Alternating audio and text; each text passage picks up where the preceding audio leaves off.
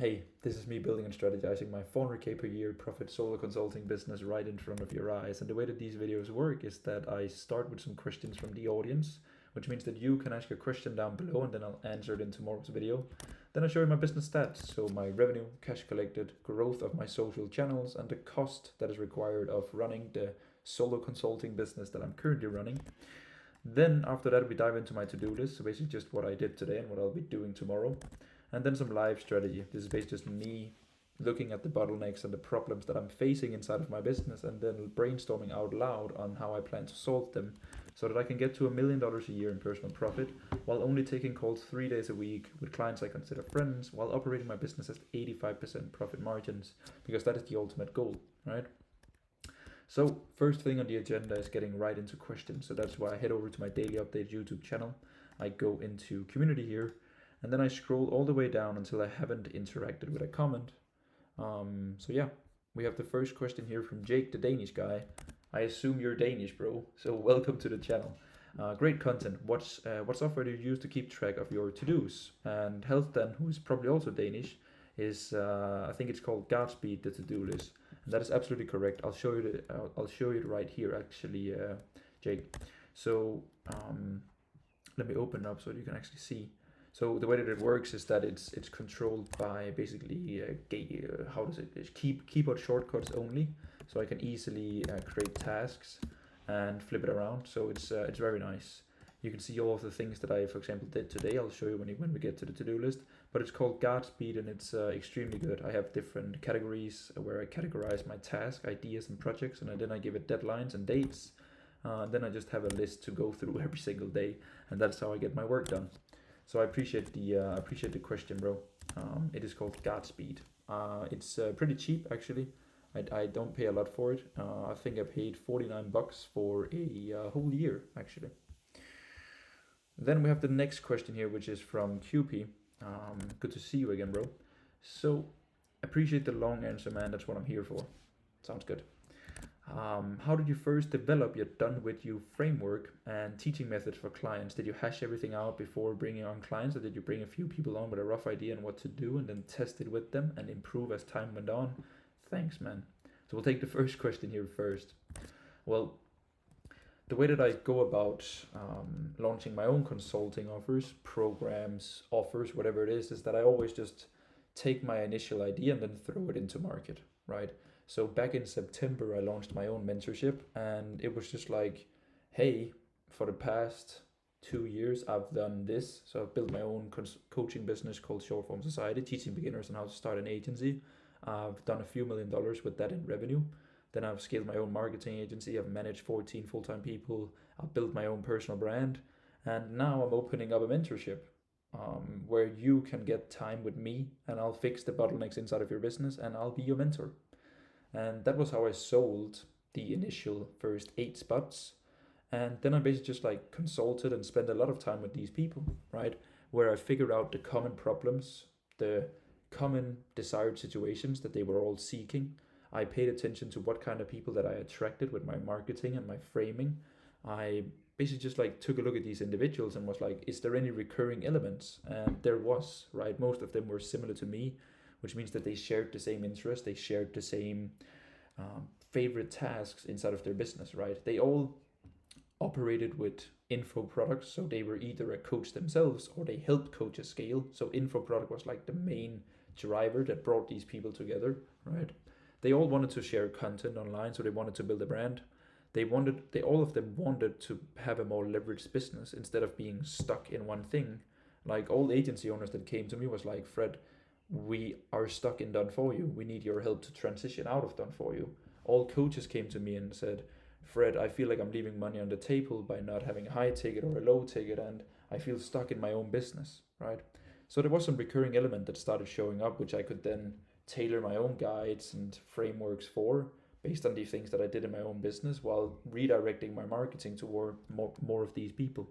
And that is basically how I've evolved my coaching over time. And now, based on the last 10 months, I'm building my program, right? Because I have so much data, I have so many numbers, I have so much feedback that I can now write it all out into implementations and checklists and then give it to people so that I can drag myself a little bit out of the process. Not that I want to, I still want to be involved in one-on-one coaching, but I now can have resources that can help my clients go from A to B a lot faster than before.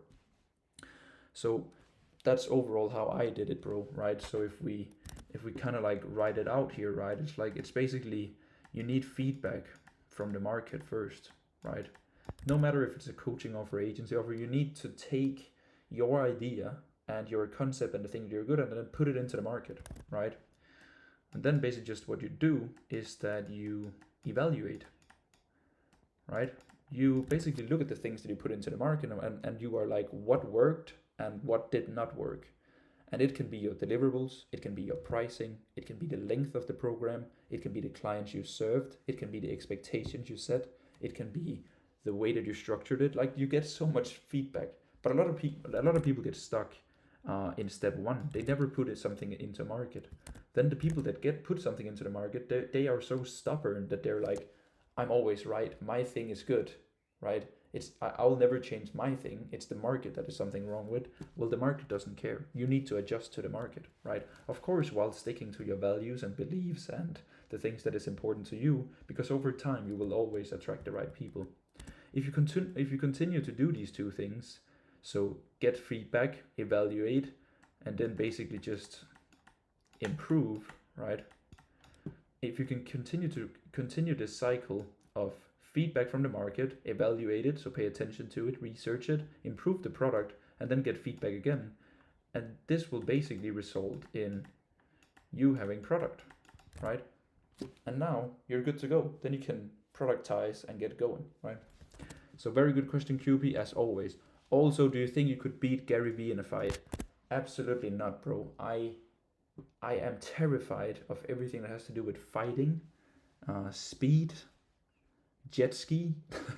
Like, bro, I just can't, so he would beat my ass, because I could never get myself to hit another human. I never. But I appreciate the question, bro. Love the updates, man. Thank you so much. I think Thomas, right? I recognize the profile picture. Maybe I'm not right here, but please call me out, bro. But I think this is I think I've DM'd you. I recognize this picture. All right, quick question. I have a lot of theory in the coaching space. I've been through some of the most successful programs out there just because I wanted to, and you love to learn. Very good skill in life, bro. I really respect that. Just started a new Insta profile a few days ago. Should I directly target and make content for more advanced people who can benefit from this knowledge, or target beginners to build proof? Had few clients in the past, but only done for you. That is cool. Thanks for all your content. So I think, bro, there are two things to this. There is your resume, right? And then there is simply just like your overall goal. I will write purpose as well. So first of all, bro, the way that you again see it, right, is that I've mentioned this ladder right here. I mentioned it before. Every time you take a step up the ladder, it allows you to coach someone below you, right? So it kind of like looks like this, which basically means that if I look at my journey, right? So you'll get the full journey here in a very short history lesson. Started my own marketing agency, then taught others on how they could start their own marketing agency as a coaching business, and then now teaching people on how they can scale their coaching business or transition from an agency to coaching business, or just overall scale with one core product, 3 different deliverables, right? And each time that I've leveled up, it has allowed me to basically do the next thing, right? So I couldn't advise other people on how to scale their coaching business before I scaled my own, right? So I think, bro, here you have to ask yourself, are you in a place, looking at your resume, looking at the things that you have done for either your own business or clients' businesses, mainly your own here in this case, are you in a place where you can talk to advanced clients and attract them? If yes, nice.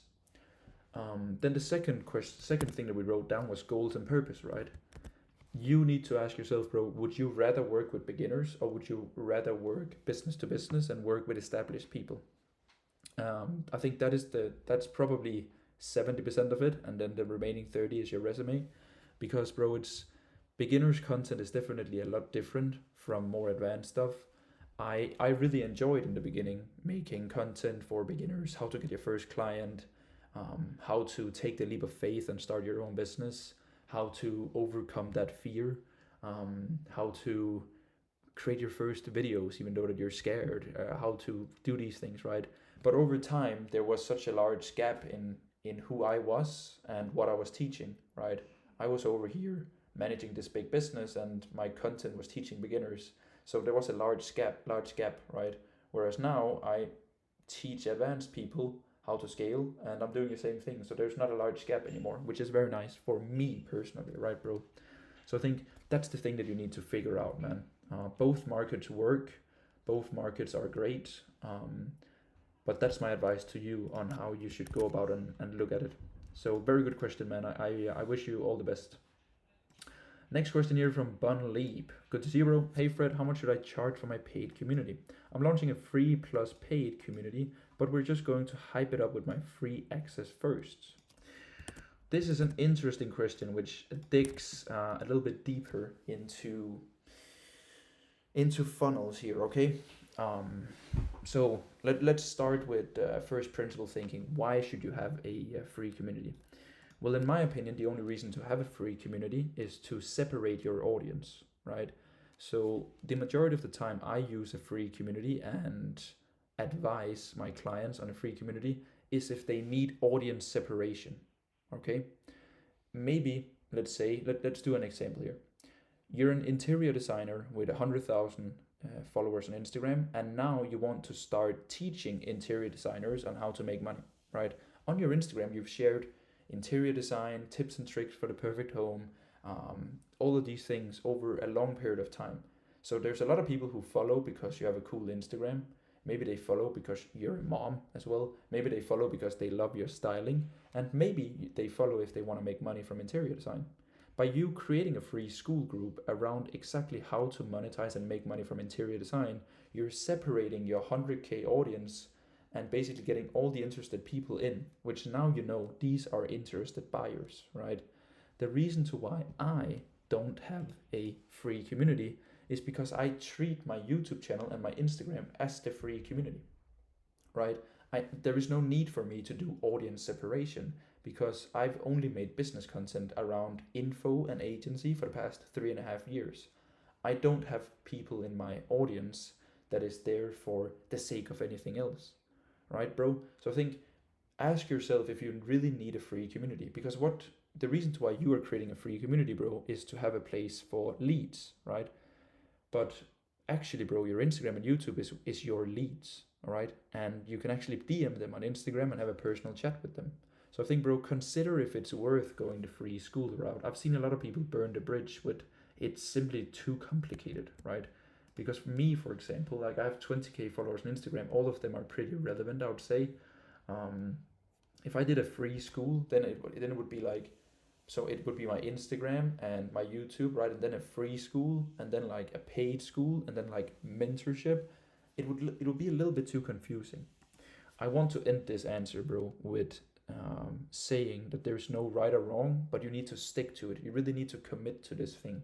And make sure that there is a separation between your free group and paid one. So there is a very large reason to join the paid, all right? So that you don't leave any money on the table here. How much you should charge, bro? It depends on what you're selling, man. If you're teaching people to go from 50 to 100K, you can charge 10, 15K. If you're teaching people how to knit, then you can charge $200 a month for a community of like-minded people who also want to knit. So I think, bro, I need some more context. I can't remember here on standing foot what you're offering. I'm very sorry. But bro, try to give me some context. So length of the community, is it monthly subscription or one-time fee for a transformation? Who's your audience? What do they struggle with? What do you deliver? Is there access to you? Is there group calls? Is there program? I need some more information here, brother. All right. But overall, bro, it's not a bad idea. I just wanted to challenge you with my experience, all right? Next question. Harun, I recognize you, bro. I think you're from Denmark too. I think I've read your LinkedIn post and maybe even seen your ads. All right, bro. When you film your videos for your main YouTube channel, do you then script out your videos before you film them, so that you know what you're going to say, or do you just sit down, press start, and start talking in a freestyle way based on your presentation, i.e., bullet points on iPad? Great question, bro. Let's head over to my main YouTube channel, then I'll show you how I went about it. I'll just remember my sub count here for the business stats. But Harun, I'm still answering your question, bro. Let's head over to my main YouTube channel. So first of all, I'm pretty cautious with my main YouTube channel. I make $40,000 in terms of the input and effort that I do. You can see that don't pay attention to these videos, these 4, but pay attention to these 4 top ones here. You can actually see that my last 4 videos has all been outliers in terms of performance, right?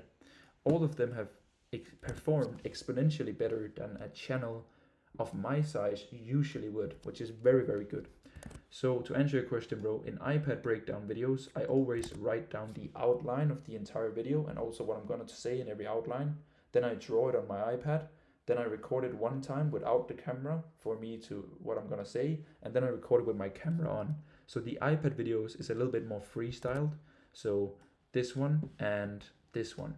This one, the digital coffee shop, is also an iPad video, but it's my VSL.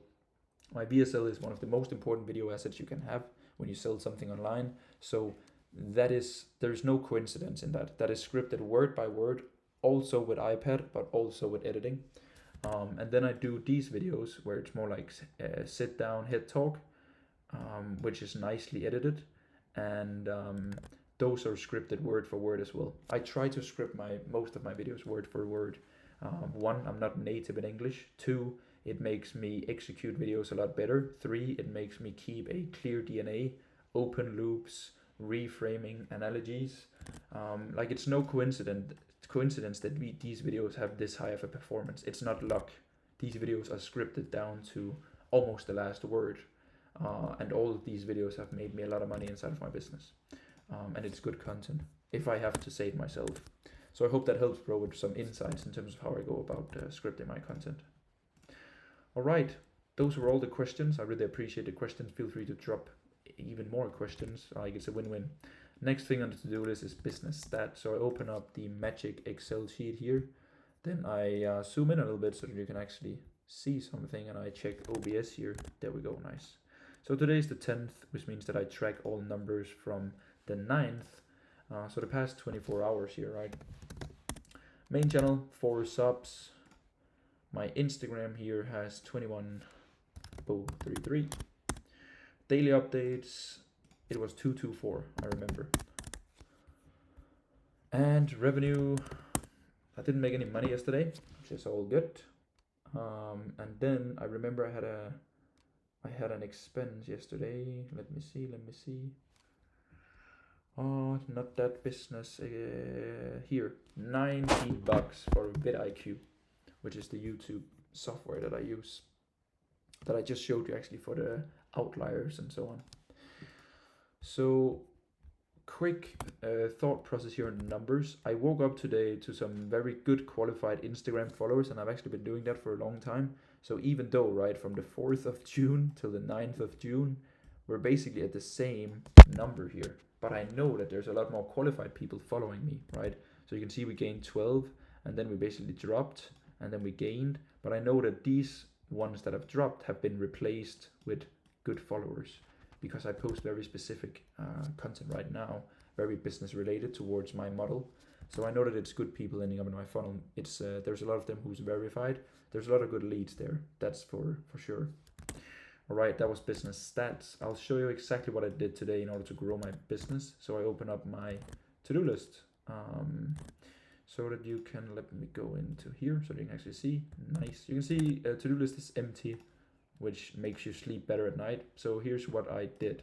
So completed, I answered all Slack, then I sent out voice notes for all Monday planning. Monday planning is an automation that I have inside of my community where people send me their number 1 weekly goal, number 1 constraint for not doing the weekly goal. Then I send them a voice note on how to fix it. Then I fixed my personal finances and my net worth tracker. I update my personal net worth every single month. So my investments, my bank accounts, my business bank account. I have a watch, crypto finances, I track it every month just to see how much it has grown or dropped.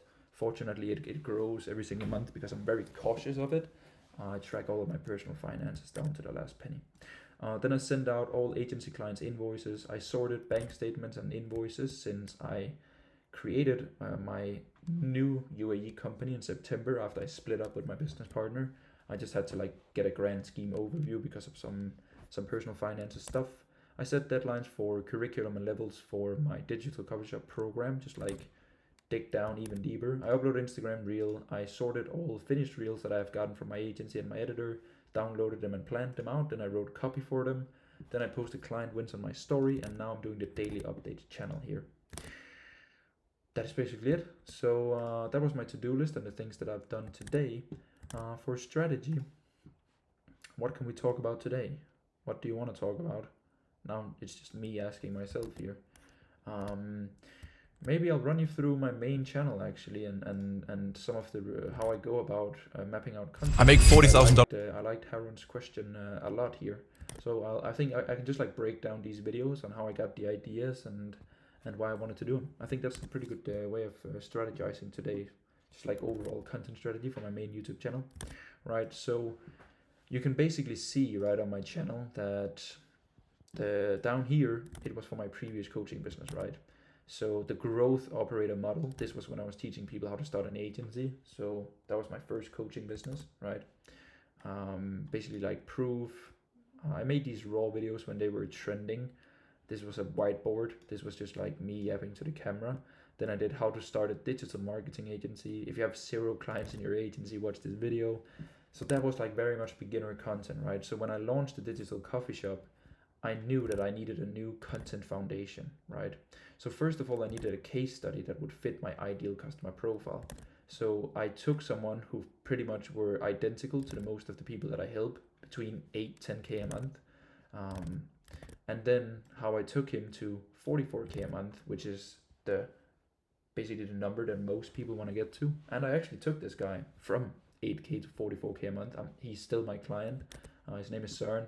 He's such a cool guy. He's also become a good friend. He has paid me over $35,000 at this point, but he's never been happier, right? His monthly income has grown with $35,000 recurring, so he's very happy. So now I had the case study video, right? Very nice. So proof of concept. Then I wanted to have my video sales letter, which is basically just exactly how I build a 500K per year profit solo consulting business. Me explaining my model, right? Then after that, I wanted to have a video about content. So because content is a main driver in my service, my personal brand, everything that I preach, content is like the backbone. Your personal brand, who you are, how you portray it, your communication, your messaging, your visual identity, that's something that I'm really good at because I've done it for 3.5 years for myself and for clients. If you don't know, I ran a short form content agency 3 years ago where I helped some very cool personal brands, also in the info space, with basically building out their entire short form strategy, right? So how to build an audience of buyers, don't go viral, and then basically just proof. I've done $3 million in revenue online, not profit, revenue. So it was a good thumbnail. And then I wanted to make like a philosophy video, which is basically the fastest way to 100K a month coaching business and why I'm not doing it. So that's a good title. The way that I find titles and thumbnails is that I do competitor research and just like overall market research. I find people in my space and people in general business space. I find video concepts, so intros, titles, and thumbnails that performs, right? So I'll go to a competitor's channel and I'll look for videos like this. 97 outlier, right? 97 outlier. This is a video that has exponentially performed well. So there must be something about this video in the title or the thumbnail that makes this video so good. Here, right, it's the digital coffee shop. And then the coffee mugs, that is like it draws your attention. And then 500K per year profit is also pretty cool, right? I made this up myself, so I'm pretty proud of it. I realized that Iman was doing the iPad concept, so I realized that Iman was doing this, and I enjoyed doing iPad videos, so I was like, I'm gonna do iPad videos because I'm way better on camera when I have some visual models that I can explain, just like here, right? I have my YouTube channel is kind of like the crutch, and then I explain from it. This one, I found a similar thumbnail with a guy with like the arrow and then like basically like the cash focus. And then yeah, title, found that myself. I found a guy who did this exact video, but just with like something else, and then I knew that the thumbnail here performed well with the split screen. All right. So that was my thoughts on my YouTube channel and how I strategize it, how I plan it. Yeah, I have some cool plans for the YouTube channel with like a video series, and then basically now I'm in between homes. It's a little bit of an awkward personal situation in terms of having an actual home set up and a studio where I can produce these videos. So it's a bit of a headache. I've mentioned it before, so I'm not going to dive too much into it again. But this was the daily updates for today. I really appreciate if you watched it all the way till the end. I wish you an absolutely amazing week. We'll see each other tomorrow. Drop your question down below. Crush it. I'm proud of you. See you tomorrow.